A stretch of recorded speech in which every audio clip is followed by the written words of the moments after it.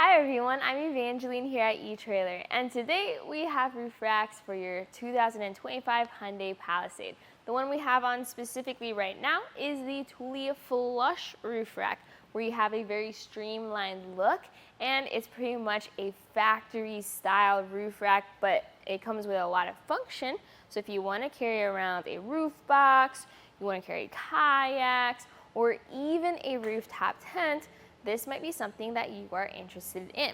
Now we're going to go through some of the different options you may have for your Palisade, but I'll also show you how to get this all installed. But first up, double check what type of roof you have on your Hyundai Palisade. There's two styles.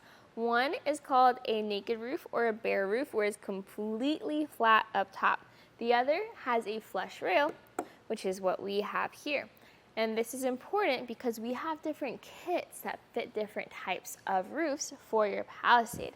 And within those kits, we have very specific parts that are designed to accommodate the roof dimensions as well as the flush rail dimensions, so that everything works together and looks good like what we have here. That's not to be confused with a flush roof rack though. And when we talk about that, we talk about this sleek look at the end where no crossbar is going further out. So the owner of this vehicle wanted a flush roof rack because they wanted a more streamlined look. I personally like the through roof racks just because then I get more crossbar space that I can use, but that's totally up to personal preference and what you're planning on bringing. With our flush roof rack here, we have our aerodynamic bars. We have slightly less crossbar space, but we have a tower that connects the crossbar to the flush rail using a fit kit. So those are three different components. You don't have to worry about what those components are too much because we have it kitted here for you here at eTrailer. You can always give us a call or send us a message if you want to work through which of the different kits might be the best fit for you and your adventure. But depending on what you do plan on carrying, you may want to know what the dimensions are with this roof rack installed on your Palisade.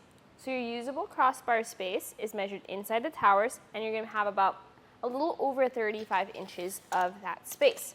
You'll also want to know the height that you can work with. So our smallest distance is going to be about 2¼ inches, and that's measured from the roof to the bottom of the crossbar. And then from the roof to the top of the crossbar, that's around closer to 4 inches. And that will be helpful for knowing if you have large clamps and things like that, if that will fit underneath the crossbars. This is on the smaller or less clearance side, so double check that for sure.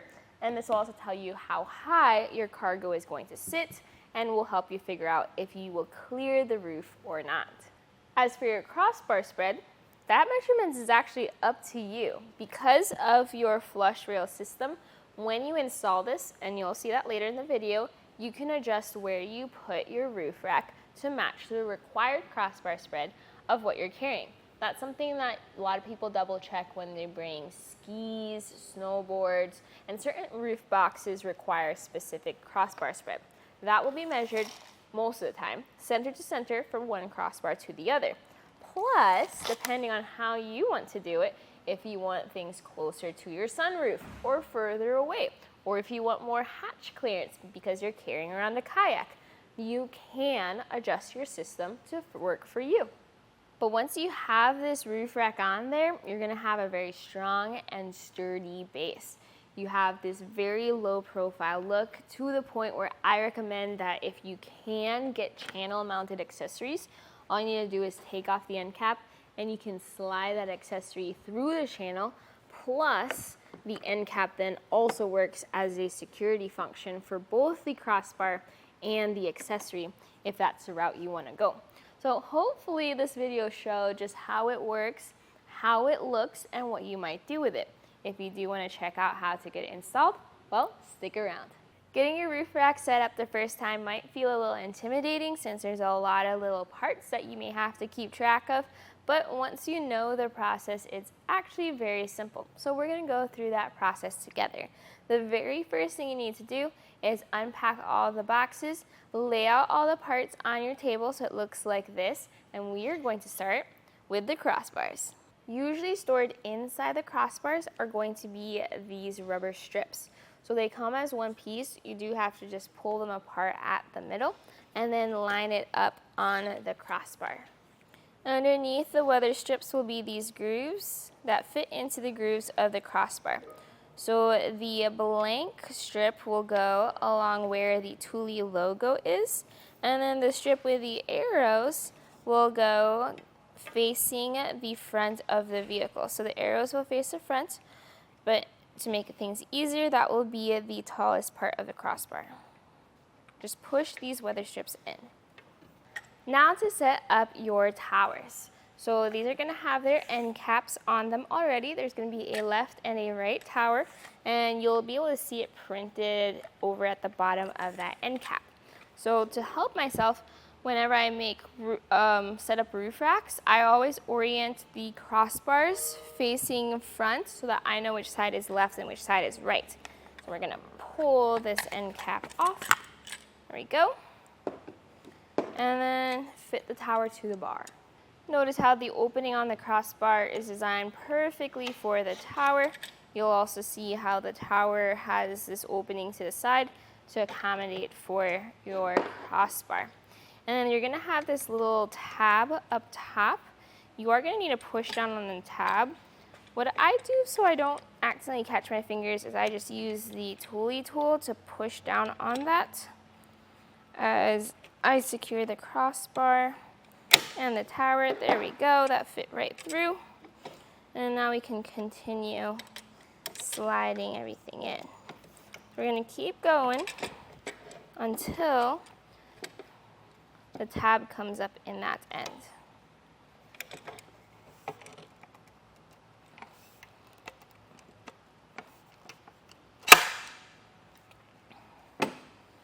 So confirm that the tab is up front, and I will do that for all 4 towers.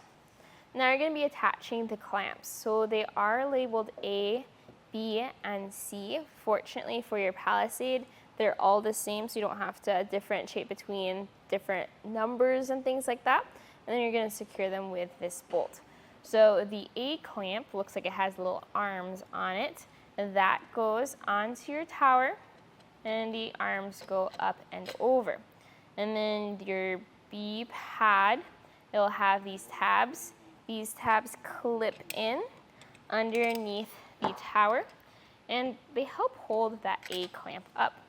Finally, you have your C clamp, which goes onto the A clamp, goes into the bolt, and then is secured with this nut. So this nut will just hold them all together. We're just going to hand thread it for now, just enough where nothing falls off.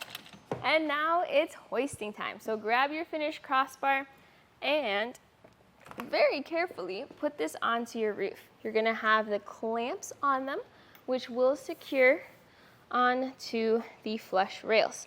Now this is much easier to do when you have 2 people, because then you can adjust the distance of the towers. You can also pull on the crossbar to adjust the distance yourself. And then secure on both sides. I'm just going to gently set both crossbars in place. We're going to go mark our distances in a bit. Talking about placement of your crossbars. Since your Palisade has a pretty large roof and a long flush rail, you have plenty of space to put your crossbars. What I try to avoid is the sunroof so that we don't block any of that. And I've noticed that the crossbars are on the shorter side, so you have to go about this far or further back. So right here seems like a good spot for the front crossbar. What I then do is I measure from the front crossbar, center to center, to the rear crossbar. And that's how I decide my crossbar spread. I'm going to be carrying around a roof box today. So I want around 30 inches of crossbar spread, since that seems very versatile to carry most types of things. So we're going to make sure it's 30 inches on both sides, and then that the crossbars are in the same spot on the roof on both sides.